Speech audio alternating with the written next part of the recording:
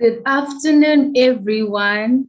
I am Tanya Emerald Musasa, and I am so excited to be your MC for this session. I would like to appreciate the diversity that is in our audience. We are connecting from different places all over Africa, but we have been united by young and dynamic. So it is only good that we appreciate the work that is being done by High Life Foundation in availing these sessions to us.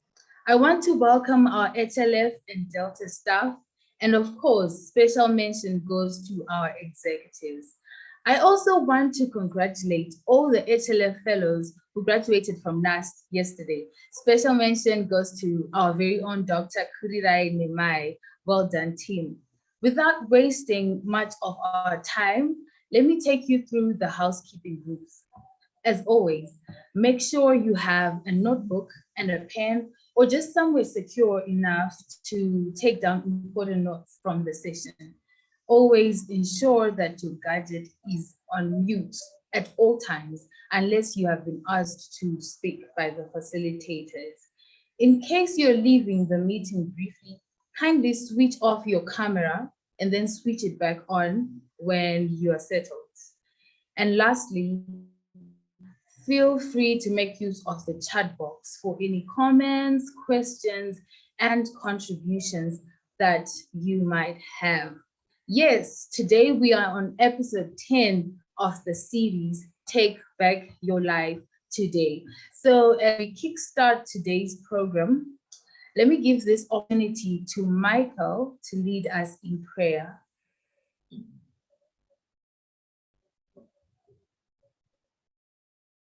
Good afternoon, everyone.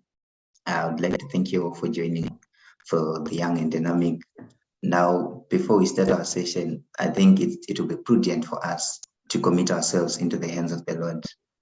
Now, as we all know, today we are going to be receiving an answer to a question that was once asked on this very same platform. And one of the things that keep me going in life is when they say, if you want to know a person better, do not look at how he answers questions, but rather look at how they ask questions. And we have had an incredible question from this platform, and it's going to be answered. And now it's our duty for us to learn from it. So without wasting much time, let us bow our heads and pray. Heavenly Father, who is up above, would like to thank you for the gift of life, and thank you, Lord, for all that you have done for us, Heavenly Father. Now, Lord, as we start this session, we commit it in your hands.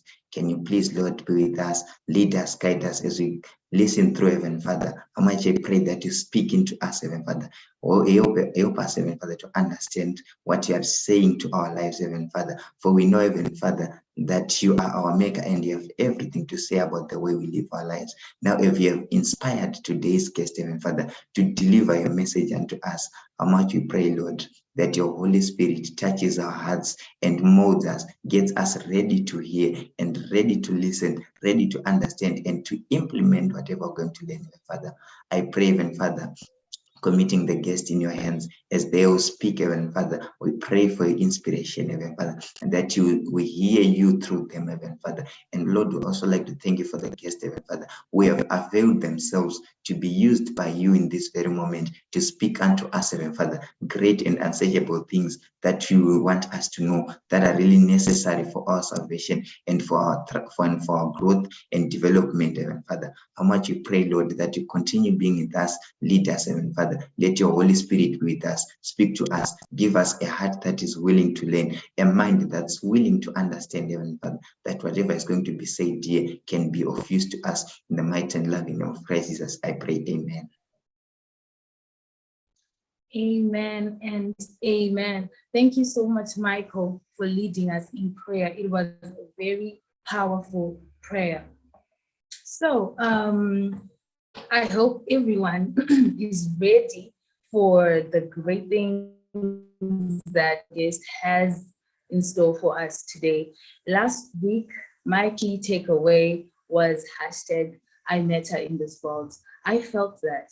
I really did. And I'm sure you felt it too. So today, as we proceed to episode 10 of the series, we are glad that Miss Joanna Masiwa has been with us all this while. And as we draw nearer to the end of the series, we are privileged to have a special person with us today. He is a clinical psychologist. He serves at Annex in Zimbabwe, and he does private educational assessment for students in ATS schools in Zimbabwe. His name is Mr. Arnold Mutemeri. Please help me to welcome him as he takes the platform. Over to you, Mr. Mutemeri. All right. Okay. Hello, everyone. Hope everybody is good on a Saturday like this. My name is Arnold Mutemeri. I'm a clinical psychologist by profession. I qualified in the year 2012, so I've been practicing for 10 years now. As psychologists, we have what we call orientations. And by orientation, we're talking about a certain set of skills that you get a lot of training in, or that you choose to get more training in on top of your master's. And that orientation is what you use to help clients. Psychologists are not just the same. Let me just put it in that particular way. There are some who practice what we call psychodynamic therapy. Those are the ones who make you sit on a couch and ask you to talk about your childhood experiences and so forth. And so they've got a certain way of dealing with clients' problems. There are some neuropsychologists and so forth. So I practice what is called cognitive behavioral therapy, especially when I'm dealing with issues to do with depression and anxiety disorders and so forth. So I practice, I'm a clinical psychologist and I use cognitive behavioral therapy with my clients. And I recently got qualified as a dialectical behavioral therapist as well.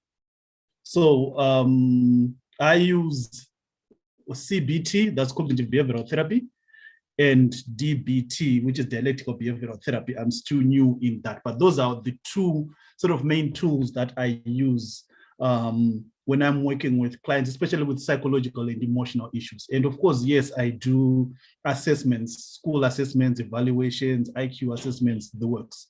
So I work with everybody from children all the way to adults. I practically work with all age groups, but because of the nature of the setting where I work, I primarily interact with children and adolescents. They are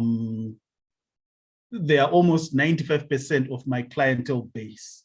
And as you know from psychology, I'm considered an adolescent up to the age of 24. That makes practically all of you, the ones that I'm talking to right now. So I hope you can hear me clearly and you can see me clearly as well. I don't know if there's a way of being sure of that. But anyway, while we are at it, I can just get straight into it. I received quite a huge number of questions. They're in bullet form, so I didn't count them, but there's 2 pages of questions that I have here, and I will attempt to answer all of them. The first thing that I can say as far as the questions that have been asked is concerned is a lot of them, they're sort of related to depression. That's the bulk of the questions that I have. So I will address a lot of those in a bundle, so to speak, because one answer will sort of touch on a lot of the questions that were asked. So what I'll do is start from this point where I can discuss what are called common mental disorders, or CMDs. Now, common mental disorders, these are the disorders that you come across in any psychiatric unit that are more likely to come across than other disorders in any psychiatric unit. So if you go to either Parrenyatwa or Harare Hospital Psychiatric Unit, you are most likely going to come across people with schizophrenia and depression, and to a lesser extent, anxiety disorders. And of late nowadays in this country, there is a huge number of adolescents who have got what we call substance abuse disorders, or substance use disorders, substance and alcohol disorder. So that's in terms of our mental health landscape in this country.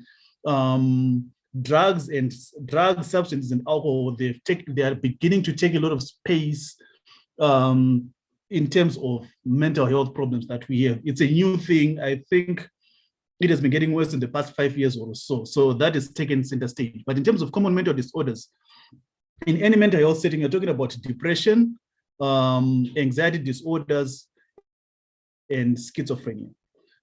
So I'll start from there with a question that was asked, not at the top, but right at almost at the bottom. There was somebody who asked why mental health disorders or why mental health issues are so stigmatized in society. I'll start from there and say that I think mental health disorders are stigmatized in society because of the way people have got to learn about them. People believe, or people think, that mental health disorders is schizophrenia because that's the most common, not exactly common, but that's the one with the symptoms that are very visible. So when somebody is talking to themselves and doing, or presenting with disorganized behavior, people are bound to notice that quite quickly, and people think that that is exactly what mental health disorders are. But there is a lot of mental disorders, from depression, anxiety, personality disorders, sexual identity disorders. There is a huge array of disorders that people don't always talk about.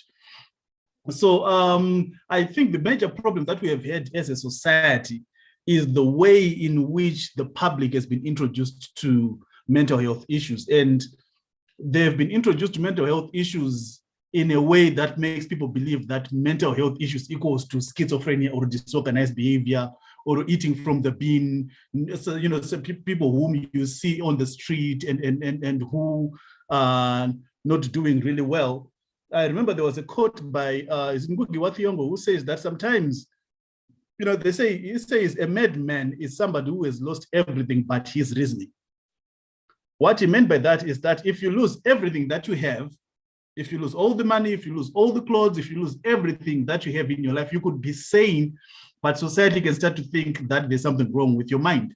So people get to associate mental health with poverty, which makes sense to some degree, because when you have got mental health issues, chances are you are not going to do well enough to take care of yourself sometimes.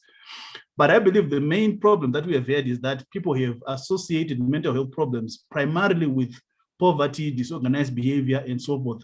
But it can't be any further from the truth, because mental health issues are common in all sectors of society, be it among the rich, the poor, the middle class, and everything. It's there. It's a problem that is regarded as, they say 1 in every 4 people has got a mental health problem. So I think, answering somebody who was saying that why is mental health stigmatized, I believe it has been the era that has been perpetuated in movies, in the mainstream media, and so forth, and that when they want to talk about schizophrenia, when they want to talk about mental health, they show you a picture of somebody with a debilitating mental disorder, which is probably schizophrenia or depression or something like that. But you can also have other mental health conditions that are not as disruptive as those and still be functional in society, but while at the same time you're not really feeling well. And those people risk going untreated for long periods of time, which is quite sad to some extent.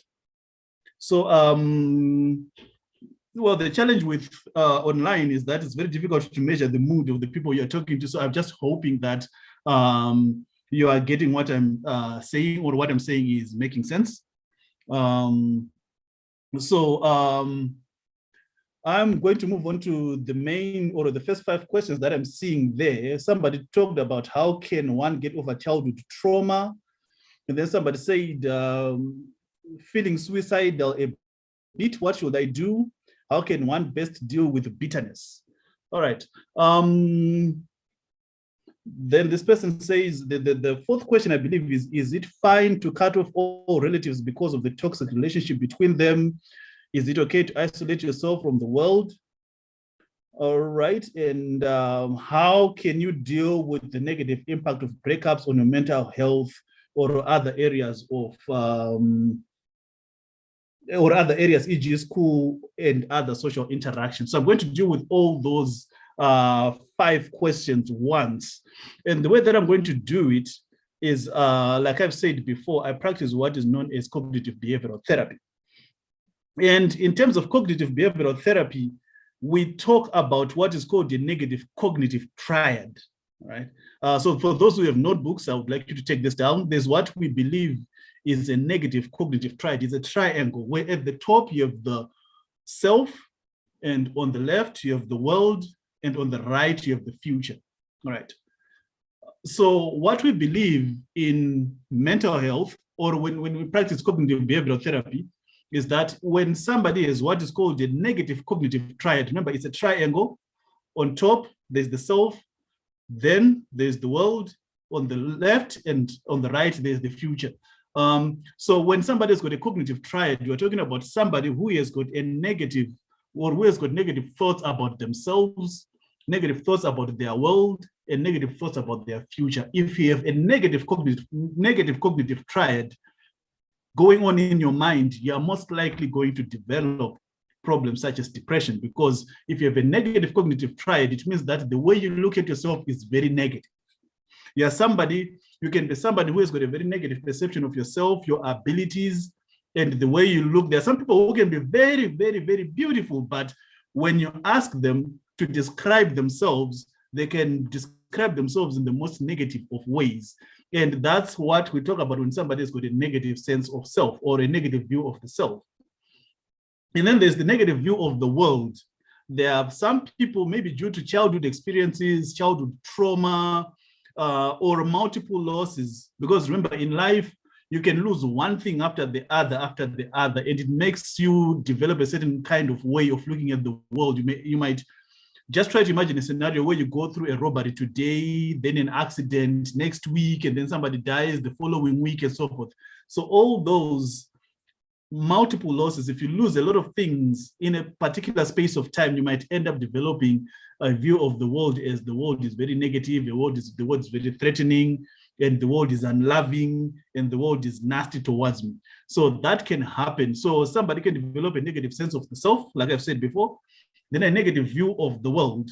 And the third part of the triad is when you get to develop a negative view of the future.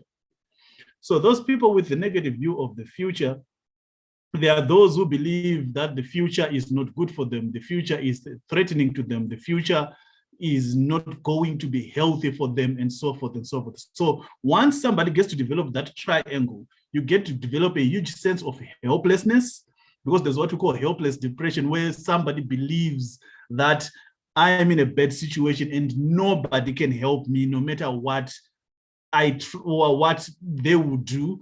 Or somebody might end up believing that, you know what, my life is bad, my life is not going anywhere, and nobody can help me, or there is nothing that I can do to change my life. I don't know if some of you have come across people who sound like that.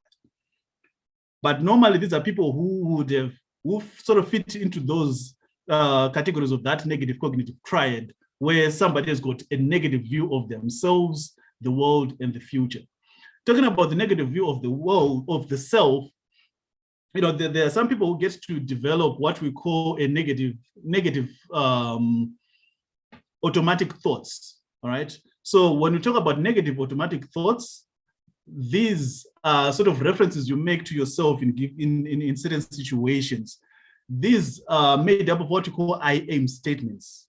So right there where you are, in the next 5 to 30 seconds, can you write I am, and then you complete? Say I am.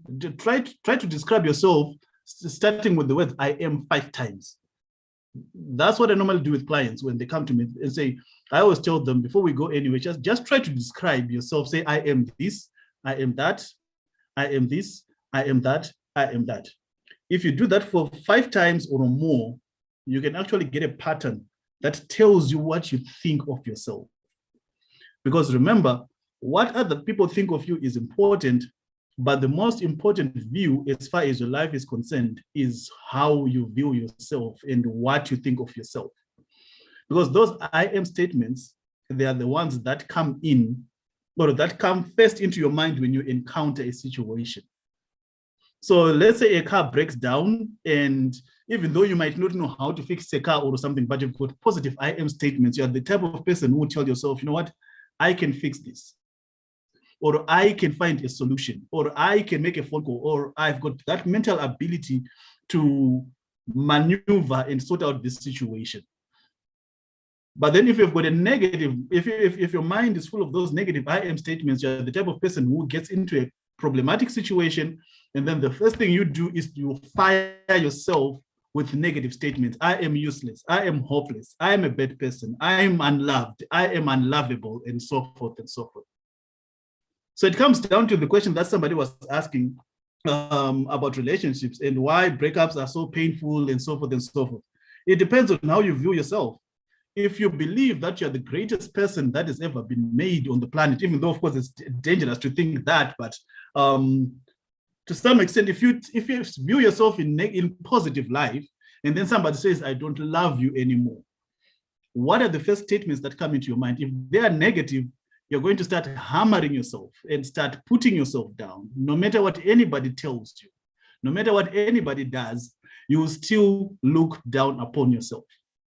But then if you've got a positive view of the self, when somebody says, you know what, I don't love you anymore, you'll be like, okay, fine. You know what? I'm not going to die. I survived COVID. I survived malaria 2 times. I survived this and what.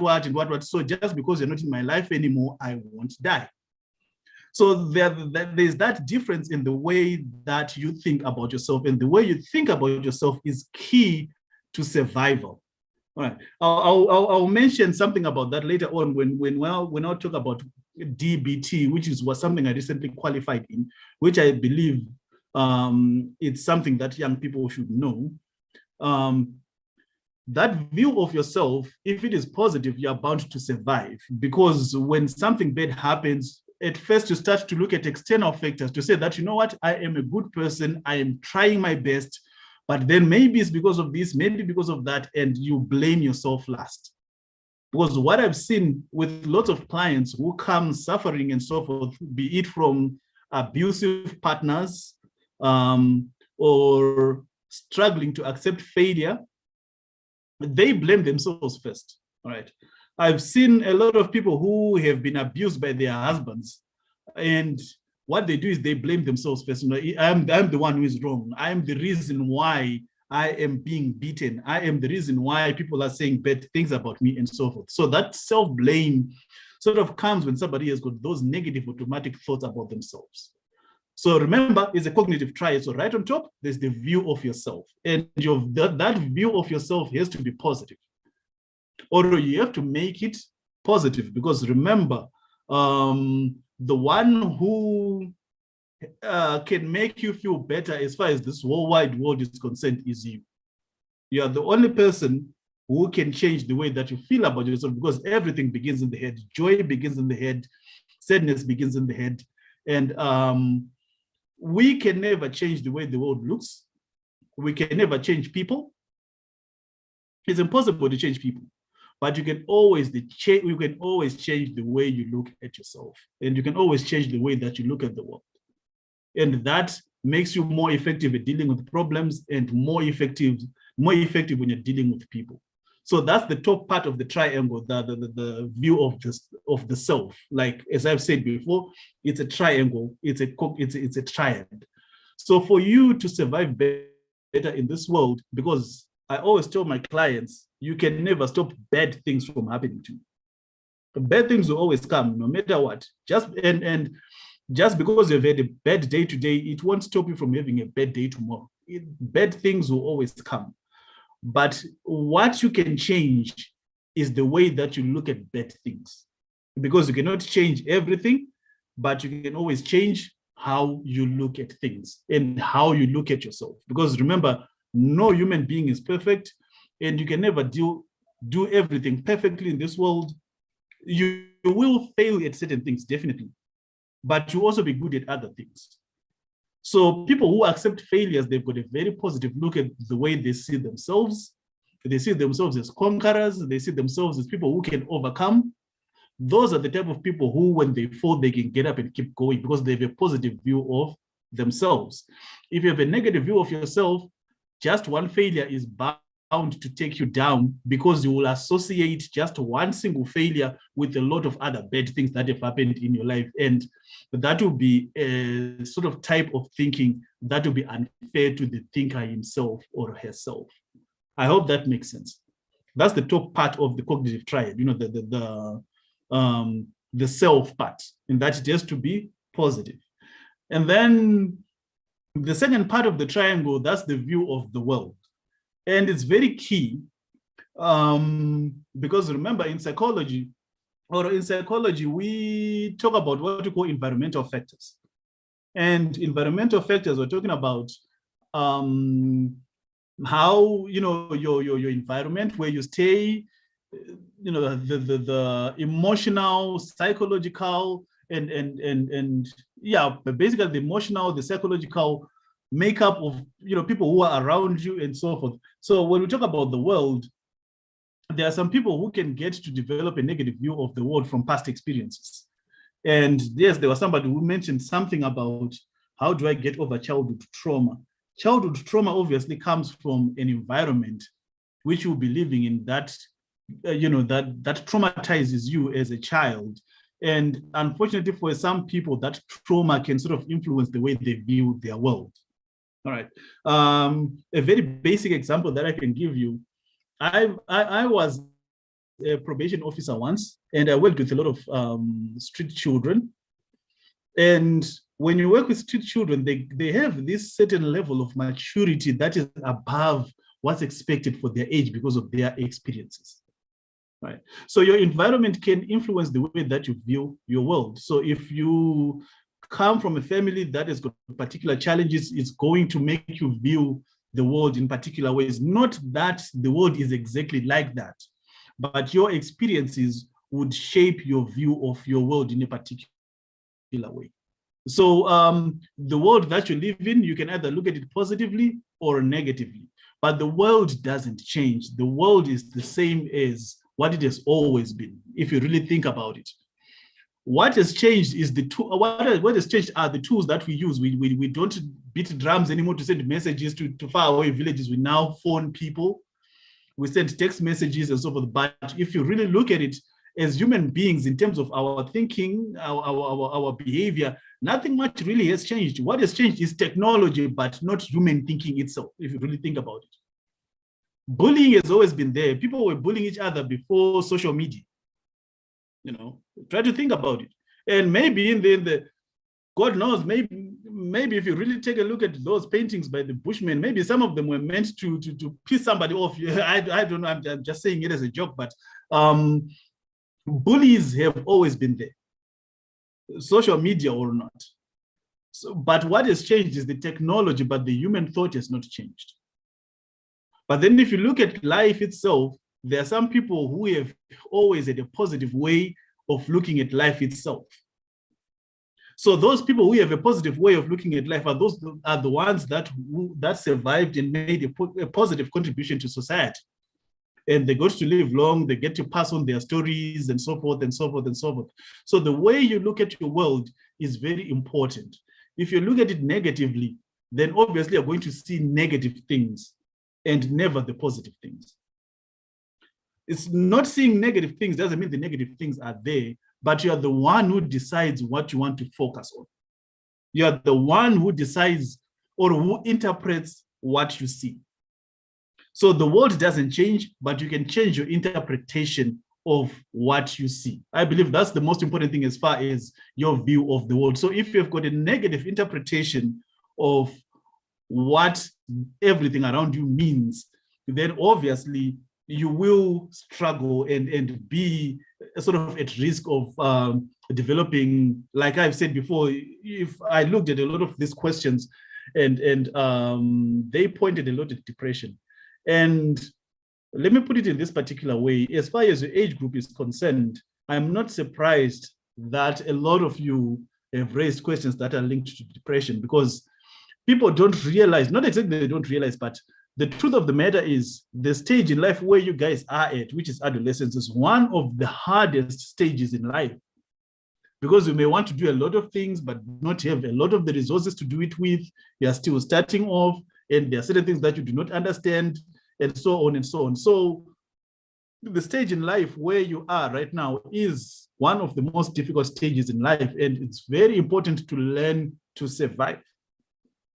So when you come across hardships, when you are an adolescent, it should not be surprising to you, because those are the things that come along with adolescence, because you might not have adequate financial resources to deal with your problems. You might not have adequate social resources to deal with your problems. It's a part of it. So if you get to develop that mentality of viewing problems as things that just come and go as well, your ability to survive difficult situations is enhanced, and your experience will become better, not because problems will be any less painful, but the way that you view problems will be what you call more adaptive. Because remember, the key thing in life is not to really, at your particular stage, I believe the key thing is to survive. That's the number one objective, not to make more money or whatever, just to survive, just to be okay, just to be alive for the next day, so that you can achieve all those objectives. So it's very good to remind yourself when you wake up in the morning that no matter what the world throws at me, my duty is to survive, first and foremost. Because remember, if you don't survive, then you can't do anything else. So the key issue there, when you wake up in the morning, like I've said before, there's the top part of the triangle, which is the self. You have to be kind to yourself, number one. You have to tell yourself good things. You have to believe that you're a good person, and you have to say good things unto yourself and develop positive I am statements about yourself. And then the second part of the triangle, which is the world, you have to develop a way of viewing the world which works for you. And by that, what are we talking about? Remember, I talked about dialectical behavioral therapy, DBT, which has recently qualified in. They talk about two things in the world that you're living in. On the left end, you've got acceptance, and on the right end, you've got change. So you have to look at the world in this particular way, in that there are certain things in life that you have to accept and certain things that you have to change. So when you're going through when you're going through life, it's all about developing that balance, I believe. That balance between acceptance and change. There are things that you can accept because I cannot change them. And then there are things that you can change. Accept, change, accept, change, accept, change. So the moment you develop that pattern of thinking about the world that you're living in, you are bound to do better. So remember, it's about the self being positive, and then about the world, you're looking at, okay, fine, this is what I have. I'm in Zimbabwe. What can I accept and what can I change? What can I accept? What can I change? Accept, change, accept, change, accept, change. If you think in that particular way, and if that is your motion, or if you move through the world with that kind of thinking, I believe that you are bound to do better. So those are the two parts of the triangle. So there's the self, and then there's the world, and then most importantly, there is the future. All right. Now, when it comes to the future, people view it in many, many, many, many different ways. But as far as we believe, issues such as, as far as we see it as psychologists, you can do better in life and have a better experience if you have a positive view of the future. How do you develop a positive view of the future? You get to look at yourself and your abilities and what you can do and what you cannot do. Remember this whole thing of acceptance, change, acceptance, change, acceptance, change. Use that as far as your future is concerned. Say to yourself, there are things that I can accept, And then there's things that I can change, accept, change, accept, change, accept, change about your future. I believe that's the rhythm to life. Accept, change, accept, change, accept, change, accept, change. And if you look at how you've been living right from the beginning, from grade 1 all the way up to now, you have been accepting certain things. You've been accepting, rules and regulations, isn't it? And on the other hand, you have also been changing, you've also been an agent of change there. If you think back, there are certain things in your society that you have changed by your own effort. So that's how life is. You get to accept who you are, you accept what you have, and so forth and so forth. But at the same time, you also bring change to your environment with your actions, with your talk, I believe you guys are the young leaders and so forth. So the young leadership comes in the changing part. All right. You accept, but you also change. If you don't accept, then you might have problems with authority and so forth and so forth. So there are certain things in life that you have to accept that these are what they are. But then at the same time, accepting doesn't mean that you can't change things. You can accept things and then you can change them. So if you get to develop that sort of way of looking at the world, you'll find yourself being more useful and riding the wave of all the problems that you come in life. Because yes, there are things that will hit you, and there are things that will bother you, and they won't stop coming, because that's what life is all about. In dialectical behavioral therapy, they talk about what they call radical acceptance. I think that's one thing that you might need to understand. With life experience, you get to know that sometimes you may have to practice what is called radical acceptance, where when something happens, you say, this is what it is. I will not ask where it came from. I'm not going to bother with just how is this happened to me and so forth. I'll just deal with the problem and get rid of it. I wish I could talk a lot more about DBT, but then that would be me giving a lecture on DBT altogether. So I'll not jump into a lot of that. But it's to grow further and learn more about your abilities and what you can change and what you cannot. You get to develop what you call that radical acceptance. I can use myself as an example. 2 weeks ago, my mother was involved in a car accident, and she suffered a broken collarbone, and it was really a bad situation. So instead of asking, okay, fine, how did it happen? Whose fault was it?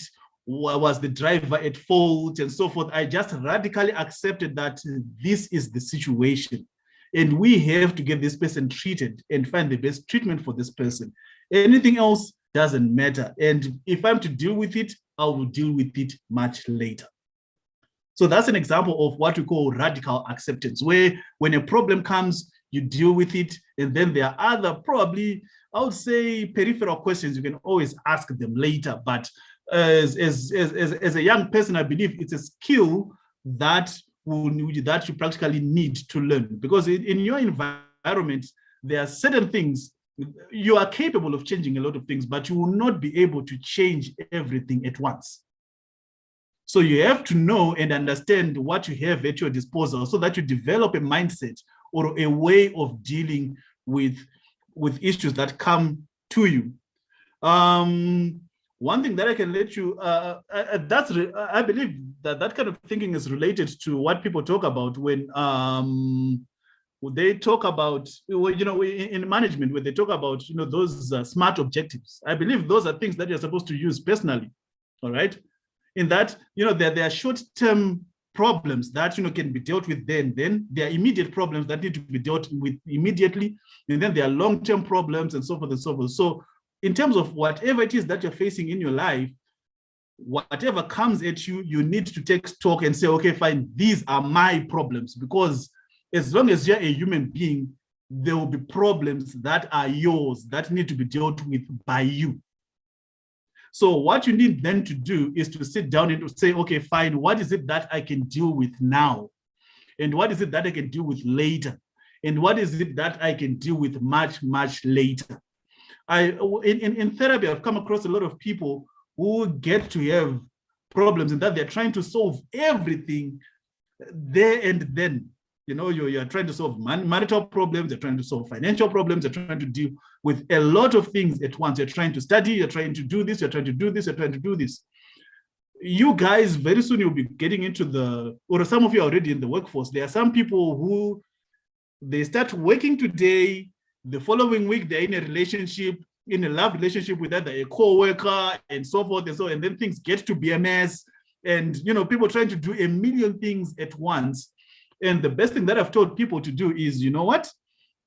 You need to sit down and think about what you want to get out of a situation and say, why am I here? What am I supposed to get out of this place? And what am I supposed to look forward to next? So there needs to be, in terms of your life, a structure in terms of what you want to do and the problems, how you want to deal with them and so forth. So there is no shame in postponing a problem that you are unable to fix at that particular problem, particular situation or time. All right. Yes, of course, some problems can be very burning, but if it is a burning problem and you can't fix it, then why dwell on it? You know. So it goes back to that, you know, radical acceptance of saying, you know what, this is the situation, but there's nothing I can do about it. So why am I focusing on this? Because remember, as a human being, you've got you don't have infinite resources at your disposal. So you've got a certain amount of resources that you have to deal with life issues that you face. So you need to use those mental resources, those financial resources, those social resources wisely enough to deal with problems as they come. So a lot of people that I've come across in therapy who end up developing depression. Remember, depression is about that negative view of the self, the world, the future, in that if you want to solve everything at once, you're going to find yourself being defeated. And then you start thinking that the world is bad. And you start thinking that the world is nasty and so forth. Yes, of course, the world has its problems, but to deal with those problems that come at you, you would need to have a strategy to deal with them. So, of course, you know, you get to be, well, some of us are now a bit older. We get to be the older guys who don't know much, but we always say, you know what? You may need to find a way of dealing with problems systematically so that you don't become overwhelmed.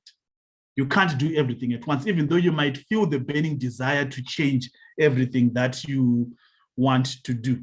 So the moment you realistically look at what you're facing, the more you are able to sort of devise a strategy to deal with what you will be facing. And I believe that's the base. I think that's the reason why a lot of people get to have mental health issues. If you have got childhood trauma and it's affecting you, and yes, of course, it does affect you. But remember, it's childhood trauma, it's something that happened in your foundation, and it may need sort of a lifetime. Some of these issues, they take a very, very long time to deal with. So if you're going to be dwelling on that 99% of the time and not focusing on other sort of aspects of your life, and if that's the only thing that you're going to be thinking of, what you're doing is you're using all your resources to deal with a problem that you may not fix, instead of using those resources on other things that you can fix and other things that you can work on while you're working on this long-term problem. So what I want you to do is when you go back, or those 8 minutes before you sleep or something like that, get to have a rundown or a run through of all the problems that you think you have, and find a way of, you know, filing them in your head and say, okay, fine, I'm going to put this under short term, under immediate problems, you know. And then you put them in a mental file that says, okay, fine, you know what? These are the short-term problems. I need to deal with these in the short term. And then there are the long-term problems, which will say, you know what? I'll deal with these in the long term.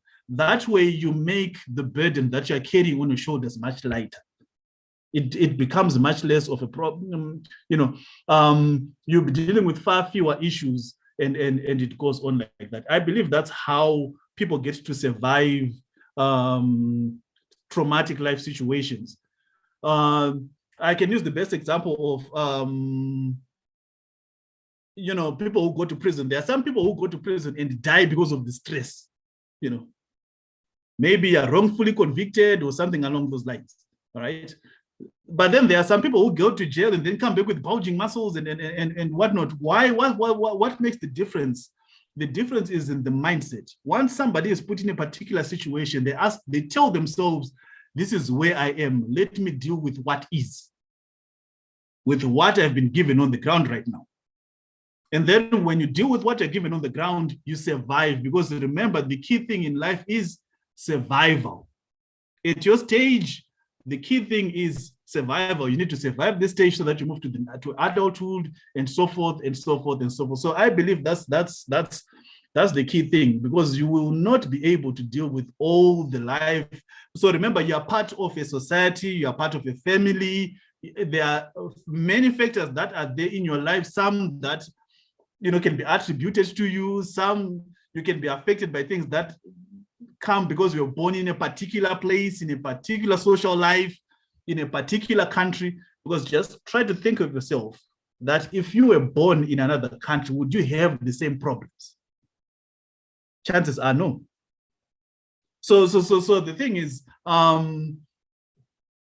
problems will always be there in life, but it all depends on how you look at them and how you deal with all those issues. Some are attributed to you, and some problems, they come because of who you are, where you are from, and so forth and so forth and so forth. So I believe those people who have managed to conquer, let me use that word, who have managed to do well in spite of where they came from, I believe those are the people who say that this is where I come from, but where I come from does not determine where I'm going. All right. So they look at themselves realistically and say, this is who I am, this is what I want, and this is what I want to get. It doesn't mean that you neglect your background or you forget your background, because we are who we are, and where we come from, determines quite a lot in terms of what we do and so forth. But remember, if you are just focused on the things that have happened to you in the past, you deprive yourself of the opportunity to learn of what you can use in the future. That's the way we view it. So remember, it's that triangle, the self, then there's the world, and the future. All right. So the way you view the future, it depends quite a lot on how you view your situation and what you want to do and where you want to go. So you'll find that a lot of people who have achieved quite a lot, they're very determined and they know exactly where I want to go, what I want to do. And it doesn't mean that they are not accepting their past, because the moment you try to deny your past, it will always haunt you. So accept it for what it is, and then you focus on exactly what you want, and it makes it much, much easier, because at least you have less battles to fight. Because remember, if your past is haunting you, and if you want to fight it, you are fighting something that cannot be changed, because you cannot fight history. But you can always change the future through your present actions. I hope that makes sense. Fighting history, I don't know if you can go back in time and then you fix the mistakes that your parents made or your grandparents made or whatnot and whatnot and whatnot. What it is what it is. It happened. But what you can change is your present and your future. In the past, yes, you can live, you can be, you can always find ways, you can go for therapy and so forth and deal with it and so on and so on. But what matters the most is, are you changing where you are right now? And what are you doing in terms of changing your future in terms of your actions? In this, I saw some questions about, my family and so forth. The truth of the matter, this might sound a bit rough or bad, but we can't choose our families. That's the thing. And if it is radical acceptance, then the first thing you have to accept in your life is that you can't choose your family. It is what it is. Your father is who he is or was. Your mother is who she is or was. And your brothers are what they are and so forth. If you meet my family, don't think that all my family members are like me. I may have some very interesting, colorful relatives, blood relatives for that matter. So as far in terms of mental health issues, as far as I know, if you go to any psychiatric institution right now, you'll find a lot of people who are there frustrated and angry at what family members did to them. People never end up in a psychiatric unit because of what my friend did. And so, because if your friend does something bad to you, cancel them, isn't it? You say, okay, fine, I'm not going to see you anymore, or whatnot and whatnot. But even if it is a relative who does something to you, it sticks to you because it's because you're related by emotions and blood and so forth and so forth. And the unfortunate thing is we can't choose our relatives. But you have to learn to deal with them. Because remember, you are an individual and you've got a certain way of life that you want to develop for yourself. So your father can do crazy things, your mother can, because they are human beings. And as far as I know, I'm sure I sound quite radical to a lot of people, but I believe that's what life is. As far as I know, I believe the basic, you've matured when you start to look at your parents as people who are just like you. I believe that's the first hallmark of maturity. When you start to accept that my father is a human being and my mother is a human being, because that thought is different from the type of thinking that people have when they are much younger, when you believe that your father is a super person, isn't it, can do anything in the world and whatnot and whatnot. That thinking sort of goes away at Form 1, isn't it?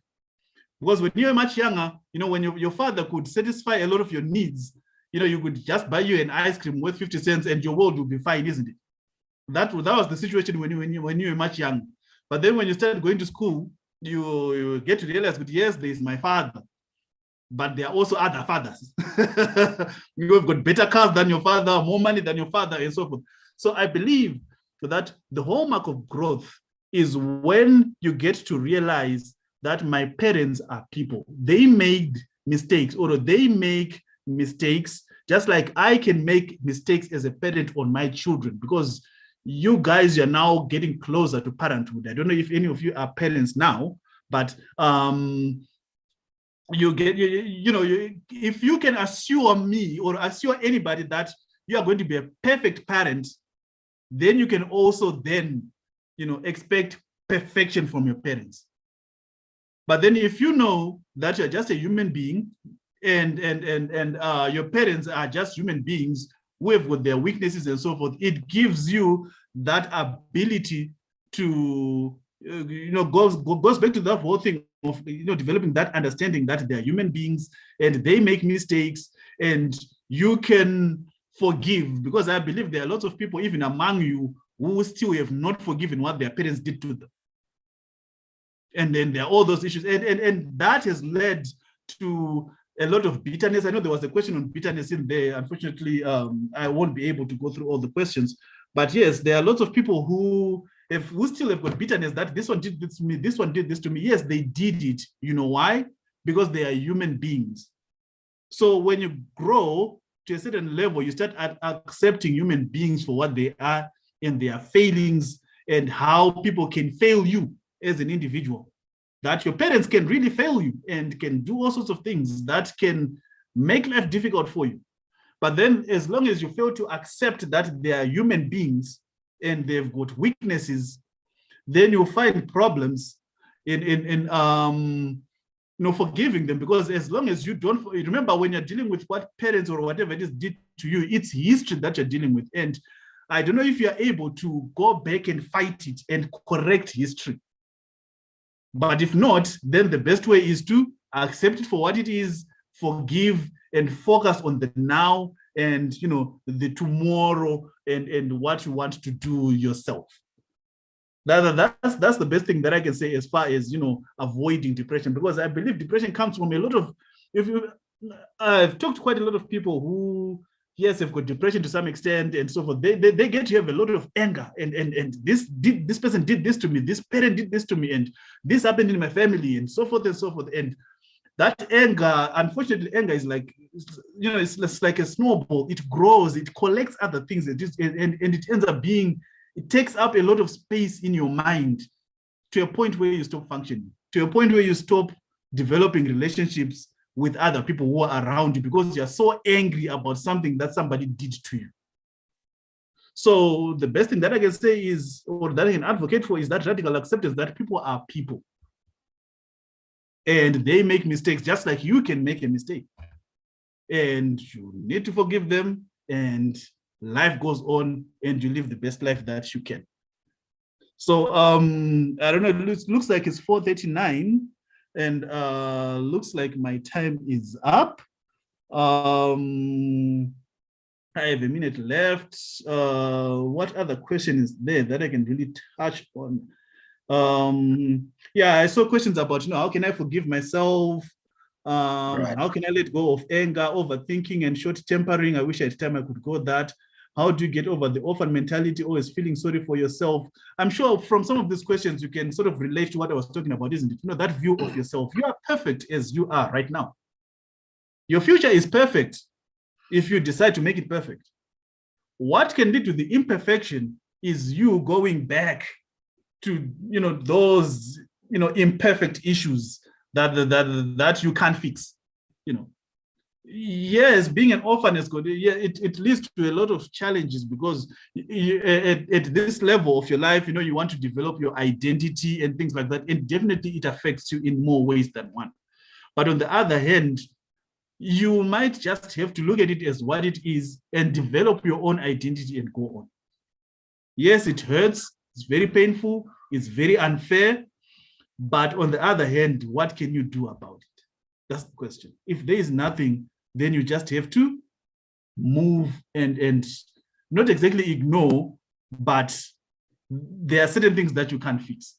That's what's called radical acceptance. But you can always move on. And the worst thing that that can happen in your life is regretting that when I was younger, I didn't move as quickly and as much as I wanted to do because you were so busy focused on being angry. There are some people who have messed up relationships with their friends, their lovers, and so on because of things that happened in the past. And then you end up regretting it 10 years later that I had wonderful people in my life and I did bad things to them because of something that was done to me when I was 5. So that way you actually be sort of being unfair to yourself and so forth. So I believe it's 4:42 and I believe my time is up. All right, so I don't know, Monashe. Yes, absolutely. Thank you very much, Mr. Mtimeri. Quite helpful information that you have shared with us there. And what I've heard from what you were saying, we are perfect in our imperfection. Sometimes our state of imperfection is perfection itself as we continue to pursue perfection. So it's a work in progress from what I'm hearing from what you're saying. I just wanted you to reiterate, you talked about the issue of acceptance and change, which is very critical. I mean, you are very clear that there are some things that you are not going to change. You have to accept as they are. I just wanted to, we are young people, we have dreams, we do goal setting every time and again. I've set my big, hairy, audacious goal as a young person. And how much of failure should I accept? Okay. Failure, when we talk about acceptance of failure, the thing is, when we, I think the whole thing of acceptance of failure is not saying that I can't do this thing even if I try again. Failure is when you can't do something at that point in time, or you've tried it and it didn't work out. But I believe when you fail at something, you can always sort of use another strategy to do the same thing again. So when you accept failure, you're not exactly accepting failure as in I can't do it anymore. But you're saying that at the moment, I tried to do this, it did not work out. Let me go back to the drawing table and then come back more powerful. So it speaks to the knowledge that you have, the resources that you have, maybe the networks that you have at that particular time in relation to your goal.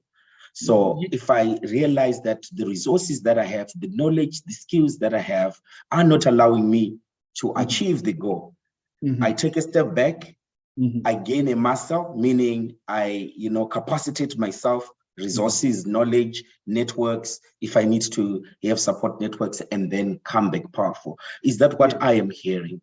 Yes, that's the whole idea. So failure is not permanent. you can always come back. It's about that balance between your resources versus the task. So it's not always that your resources will always be equal to the task. And this is what some people always say, that just because you wish something happens doesn't mean it's going to happen. But for something to happen, you need to have the right resources and the right sort of power to get to do something. And if it's not adequate, it's not going to happen no matter how badly you want it. But you can make it happen by then realistically looking at your weaknesses and knowing that this is what you're lacking, and then doing something about it, and then going back to trying and achieving that objective. Probably your chances of achieving will be much higher. Absolutely amazing. And I like how you have just, connected this session. You talked about the SMART concept. You talked about goal setting in this. It's amazing. Thank you very much, Mr. Arnold. You know what? I think those questions about bitterness are very important. Would love to ask you to come back next week, and maybe you can talk about bitterness and the process of healing from a technical perspective. And we do have a pastor that we love so much among us, who's Pastor Pilani, who also come and talk about it from a spiritual perspective. So please allow us to invite you next week so that you can talk to us about bitterness, then the technicalities of healing. I think would love to hear that part. All right. Okay, no problem. Thank you very much, and thank you so much for accepting our invitation and coming to this session. I will hand over this time back to Miss Tanya. Miss Tanya, what have you heard in this session? Let me check if she is still here. So we have another Miss Tanya. You guys know that we have another Miss Tanya, right? Who's not Miss Tanya Matthew? Oh, hi, Faith. Yeah, I'm looking. I'm busy. Tanya dropped. She dropped. Oh, great. Lovely. So what have you heard? What have you taken away from this session, Faith, as we come to a close?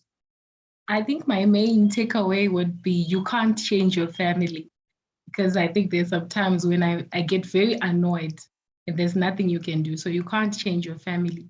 Your family is what it is. Your little brother is gonna annoy you just like that. I know exactly what and as you were talking about that, there's some family members that were just coming across my mind. I wish I could sell this one.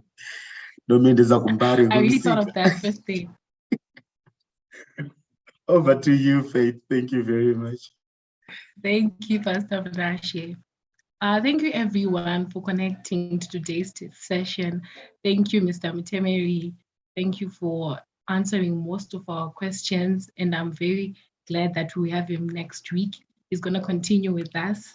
Thank you to our young dynamites for connecting and also listening in to everything that was said. Please make sure, I'll just end with our weekly announcements. So make sure you are able to like, subscribe, and comment on all our Higher Life channels, the YouTube channel, the Facebook channel, and also the Society channel. And also, if you can share the ABCs for Prosperous Minds, and also the Intercessors group is also open for you to join and also pray with others.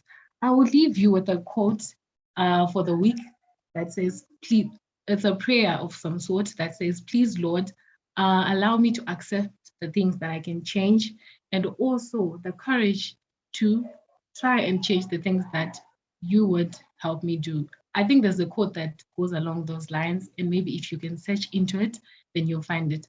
Okay, so next week, same time, same place to everyone. Thank you for connecting. Have a good day.